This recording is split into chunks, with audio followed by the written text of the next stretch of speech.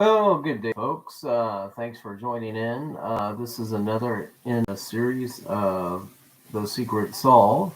This is a program where we look at The Secret by Byron Price and try to determine what the authors were getting at when they put together this book. Today, I'm looking at the Elf Alpha, otherwise known as the Dietitious Insanius. Insane diets that we might want to go on. Yes, it's a wonderful trip. So today we're talking about page 114 and page 115 in the book The Secret. So the Elf Alpha. So when I just originally looked at this image, I thought that I saw John Palancar in his older days standing in the window watering his plant. Don't know if it's a marijuana plant, but anyway, my first impression that this was an older looking John Palancar. Well, we all know that he was a young man when the book was put out, and so we probably are just having fun. But if you look at the image itself, you have basically Greek invention yogurt, and then you have astronomy. And so you have Greek astronomers. And we have the Greek astronomers in a park, right? Because we got this little fence here and we've got this background. So we're looking at basically something Greek, something that has to do with astronomers, and we're in a park. But what park are we in? Well, we're in the net weight 8 Ohio Z's. Oh, the back of the book contains no clues as to the location of these puzzles. Yet, instead of net weight 8 ounces, it's Ohio Z's. Don't know how hard it was for that to be found. And then there's a mailbox here, and I'm trying to figure out what it actually says on that mailbox. It might say Cleveland. That would probably be a little bit too much. But do you notice how there's this little pedestal thing at the bottom below the street that kind of shows you that there's a pedestal? And then the guy, the guru, is also sitting on a pedestal. And you have a guy in the window tending to a small planter in a box window, a planter box. So from this one Perard drawing, which was probably going to be utilized for the secret had Palancar not came along, and this probably would have been the main drawing that they would have utilized for the Cleveland image. But instead, they went with the Palancar drawings. Now, it says brown rice flavor, so I think the brown may have to do with another puzzle where we've had so many browns show up before. And then this detail of this hatch door, going into the yogurt is a specific refrigerator looking shape. So I think that that's another instance of the old style refrigerators that used to exist. And there's actually H's in each of the hinges. And so I don't know if that goes back to the H in the Hollywood sign because you've kind of got like a sign and then an H here. But I'm not quite ready to tell you about Peg Entwistle yet. But Peg Entwistle might be, I don't know, an interesting place to go. But so, how else might we know that this is about the Cleveland image? Well, first of all, oh gosh darn it, I need to look something up again. The double boiler. It mentions a couple of foods that are uh, required a double boiler. And the double boiler was invented by Maria Guida, and it was also called Mary's Bath, a Bain Marie, Mary's Bath. Okay, so Mary's Bath. I wonder, Mary Todd Hunter Rockefeller. Mary Todd Hunter Rockefeller is the mother of Michael Rockefeller. And so basically, her son, Michael, ended up taking a bath in, oh, way across the world. But anyway, so Mary Todd Hunter Rockefeller, the double boiler. The double boiler, like I said, it's a French, Bain Marie, Latin, Arabic. All of these had these in them. But 300 AD alchemist Zymos of Panopolis is credited for the invention of the device called Mary the Jewess, an ancient chemist. And this is again a Greek chemist. Alchemy, Greek reference. So that gets you to another part of the Greek reference in this particular image. So a Kaymak, Kaymak, is basically what you get when you clot cream.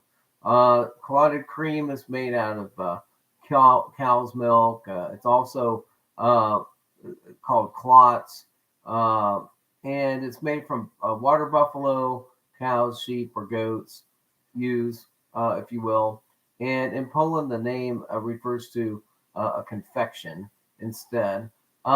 This is a Central Asian and Turkic origins, possibly formed from a verb kamak, which means melt of the molding of metal. Melt or the molding of metal. And that can be used in another solve poem for a different location where we are talking about the steel business and the melting of steel. I was going to continue on here and talk a little bit about the mention here of Flintstones and one-a-day vitamins. Now, interestingly enough, Flintstones and one-a-day vitamins are actually come from the same place. They come from Miles Laboratories. So Miles Laboratories was founded by Dr. Miles Medical Company in Elkhart, Indiana, by Dr. Franklin Lawrence Miles. And I don't know how many more miles we're going to go and how many more Lawrences we're going to discover. But here's another one. So Franklin Lawrence Miles is responsible for the development of Flintstones vitamins and one-a-day vitamins. He is also known for Alka-Seltzer as well. And Alka-Seltzer has that bromide in it. And we had a previous mention of a doctor or a bromide. And so maybe we needed to find this guy and his bromide. He's also accredited with Bactine as well. And so he was born in Chicago, but moved to Elkhart. He was a doctor in Chicago, but then moved to Elkhart and started practicing there. It was in several Supreme Court cases. So that had to do with somebody knocking off his products. They were in military rations. In 1970, to complement the existing vitamin division, Miles Labs merged with Adventist owned Worthington Foods of Ohio, opening a new Worthington Foods factory in 1972. And he then developed a meat analog, alternative, a meat substitute. So there's your probably veggie burger. And they market that under the name Morningstar Farm Foods. So in 1979, Bayer AG, after its U.S. and Canadian aspirin businesses were seized, so purchased Miles Labs. And so they then became part of Bayer company at that point. Okay, well, that's kind of about the point where that ends. Dr. Franklin L. Miles, born circa 1845 in Ohio, graduated from Rush Medical College. 1874, he moved his practice from Chicago to Elkhart and began the medical company. He also started the new U.S. Weather Almanac and Handbook of Valuable Information in 1902. He incorporated the Grand Dispensary Medical Company in 1904, and he sold drugs and diagnosed patients by mail. Oh, a mail order doctor back in 1904.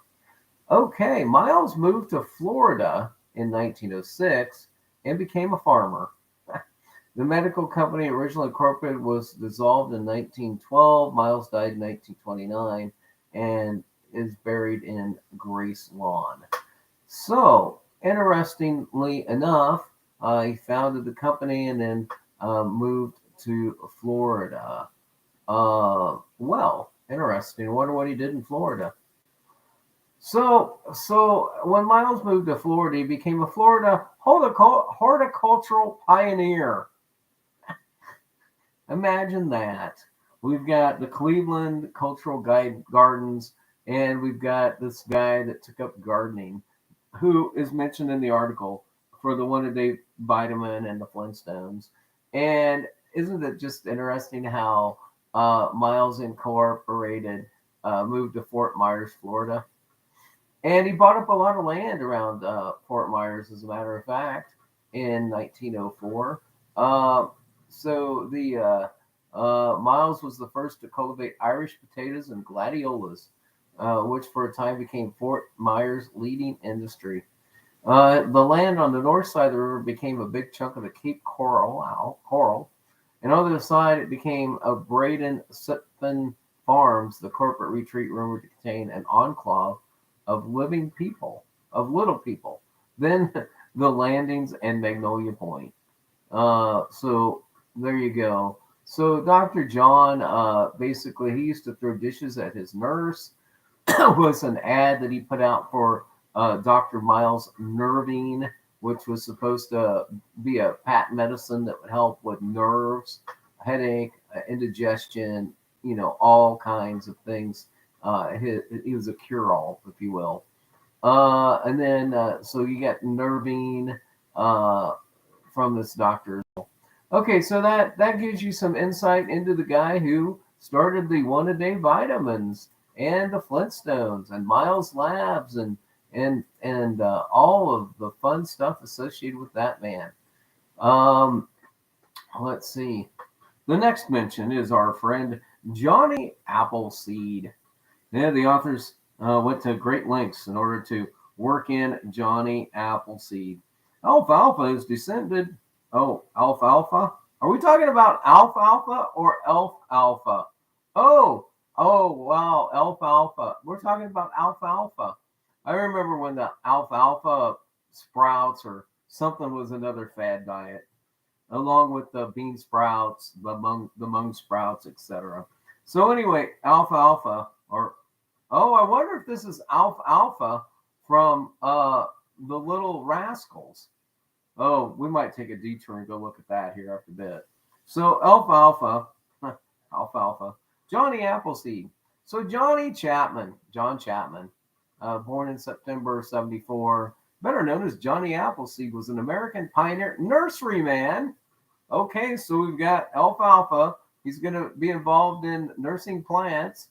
And so he planted all these trees. We know the history: Pennsylvania, Ohio, Indiana, Illinois, and Ontario, Canada. I went around putting these trees in the ground. He was part of this new church, and uh, he was born in Leominster, Massachusetts. Oh, Leo! There's a picture of a lion in that Massachusetts image. I wonder if it's Leominster. Anyway, that's where he was born. And then he moved to Long Meadow. He was in the military. He married Lucy Cooley. How many times does somebody in the secret come in contact with a Lucy? Oh, I don't know. I'm bawling to tell you how many times that happens. Uh, Coincidentally, author Rosella Rice stated Johnny had one sister, Persis Broom of Indiana. She was not at all like him, a very ordinary woman, talkative and free in her frequent, says she, and says eyes. Yeah, don't know what the hell that means. Probably nothing. Well, anyway, so he had a half brother, Nathaniel Cooley Chapman. Uh, anyway, they lived a nomadic life and planted all these seeds. Uh, Wilkes-Barre, Pennsylvania, number of different places. Uh, this church talks about him, and a whole bunch of other references to his works. So there's some question as to when Johnny Appleseed actually died, but most will agree that Johnny Appleseed's residence, where he was living, and his place of residence was Cleveland, Ohio. That's right. Johnny Appleseed, mentioned directly in the Alfalfa, the Greek referenced article, is another Cleveland, Ohio uh, connection to where he was living. A large terracotta sculpture of Johnny Appleseed, created by Victor Schierengast, adorns the front of the Lakewood High School Civic Auditorium in Lakewood. I think Lakewood is a Cleveland suburb. So there's old Johnny Appleseed, and some of his exploits. So the next jumping off point is blackstrap molasses. Okay, so this again might be part of the Great Molasses Flood connection to the Boston puzzle, where we talked a little bit about how Leon Minster or Leo Minster. So if you go back to the image, it's Boston, and you've got Leo the lion in the background, and then you've got the exploding molasses bag or the sugar bag, and we know that that one was found at the site of the Great Molasses Flood. Here in the back of the book, in the Alpha section, they are telling you that the alpha may have been spotted in when the blackstrap molasses. Now, the blackstrap molasses is basically the last take of the sugarcane process, where the cane is fermented, if you will, and so it would be actually probably the most concentrated form of this, and it was considered to be a super food.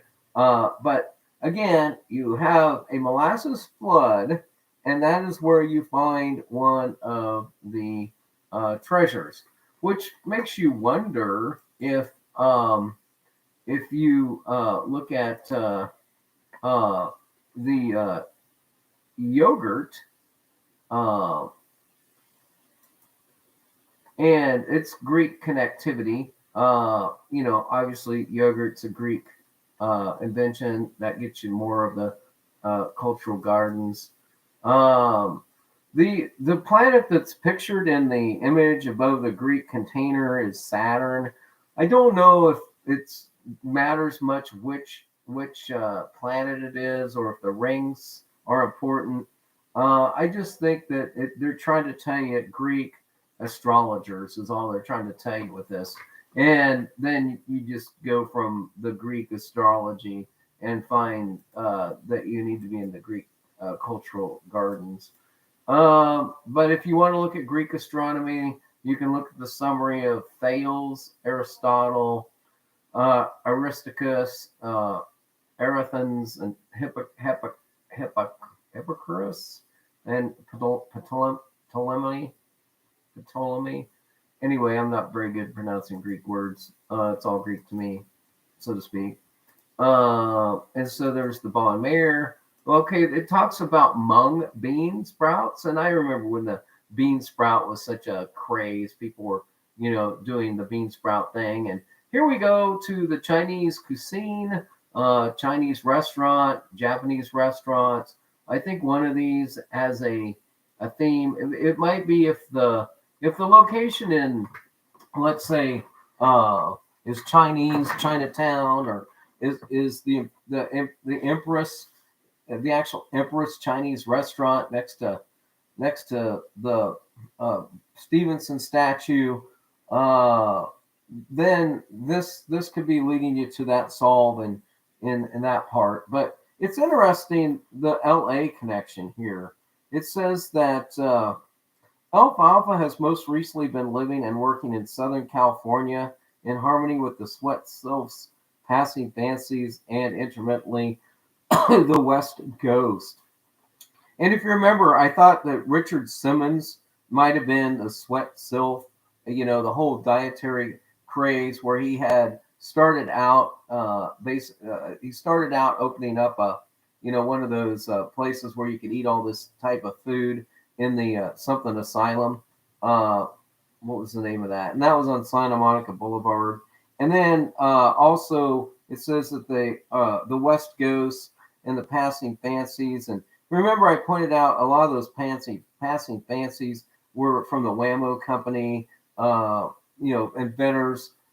Then the West Ghost, I thought there was a Hobie board in there. And so it makes sense that the Alpha is in that California area, whether it be San Francisco or LA. I think maybe Southern California would be LA. So maybe the California reference. And again, all these stories have references to multiple puzzles. And so you have to pull out what section you think matches, let's say, the California theme, and what matches the Greek theme. And this one's heavy Greek, and Indiana and Lawrence. Those are kind of the themes, because those are the ones that come out. But I mean, if you look at the spoon and the rice, I mean, is it in the shape of a sheep's head? And you notice the double boiler is basically, you got one glass and then you've got the other glass inside the glass. And so that's what tells you you've got a double boiler. There's something you need to look into when you get to this. And a lot of these preparations here require a double boiler in order to make any type of cheese, that type of thing. You have to have that double boiler in order to make the actual product, like bread pudding and a lot of different things that would do that. The other jumping off point is possibly the popularization of yogurt by the Kellogg Company, Battle Creek, Michigan.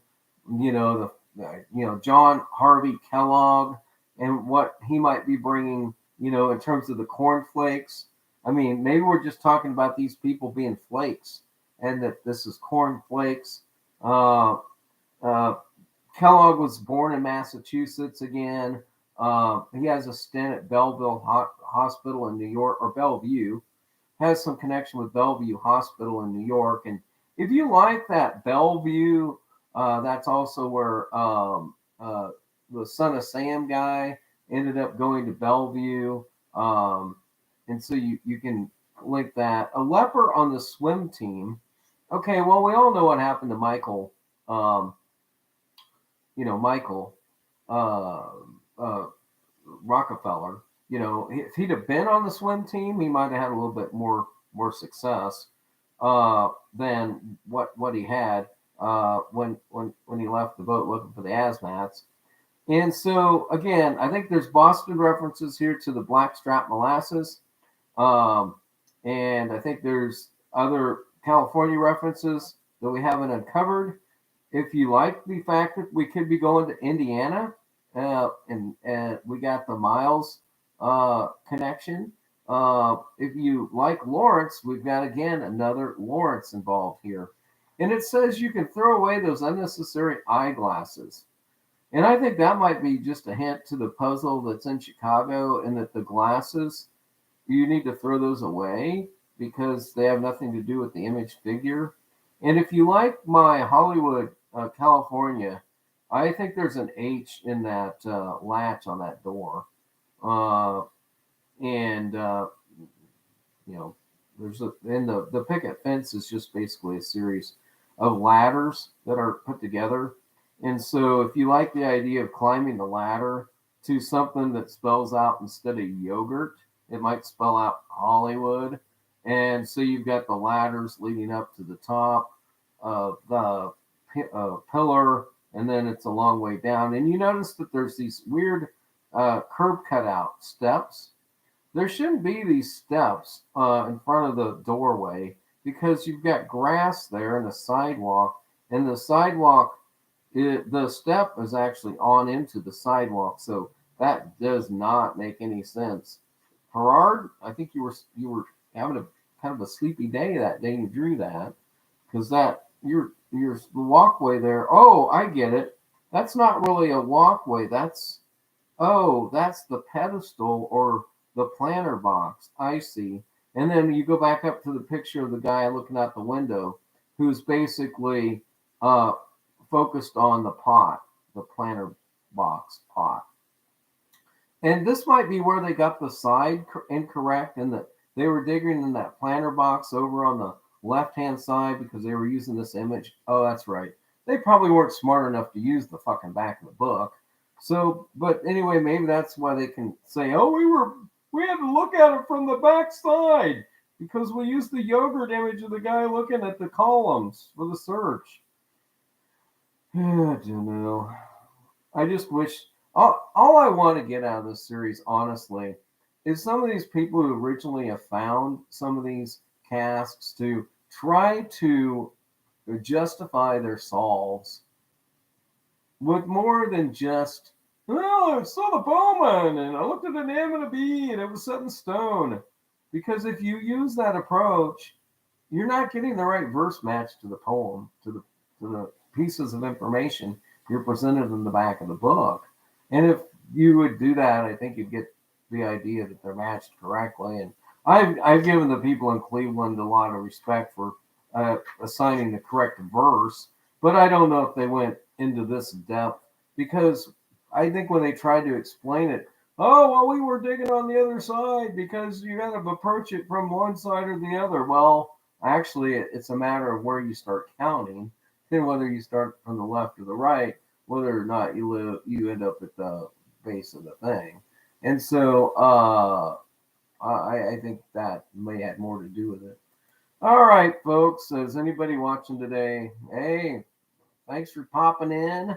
Talking about the secret again. Doing my presentations. I'll probably do a couple more. I got to get these banged out. But nude rug hooking bees. I always like it when they mention these bees because I think that in the back of the book there's the Salt Lake City and the busyness of the bee. But let me just give you this passage in the book. It says a leper on the swim team, eyeballs the color of saffron. Well, that means they're sunken in. Complexion like stale tofu. Well, that guy had propecia and he was very light skinned. They're describing Michael. They're describing Michael. And he had blackstrap molasses breath because he was involved in the triangular trade. He was trying to find the asthmats over there. And so he had his molasses breath, right? And a body of a hairless as a tortoise egg. The Rockefeller family is known for their propecia, hairlessness. Go to the Cleveland image. Look at the image. It's hairless. Alpha is Michael Rockefeller. It's not so hard. You got the Greek, you got the yogurt, you got the astronomy, you got the whole entire solve in the Perard drawing. I actually think that Perard was the backup. I think he had the backup drawings to the whole project, and they could have just as easily put Perard's drawings on the cover or in the section as they could have put Palancar's. And maybe it was a toss-up until the very end as to which ones they were going to use, because it is so obvious that the same type of thematic presentation that you have in the images that they use are also repeated in the images in the back of the book, as if they're the backup images.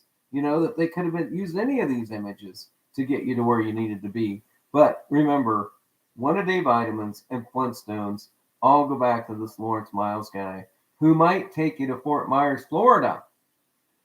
Or he might have just been put in there for the garden reference, because After he invented a couple of things, he notably bought up land in Florida, and so there you go.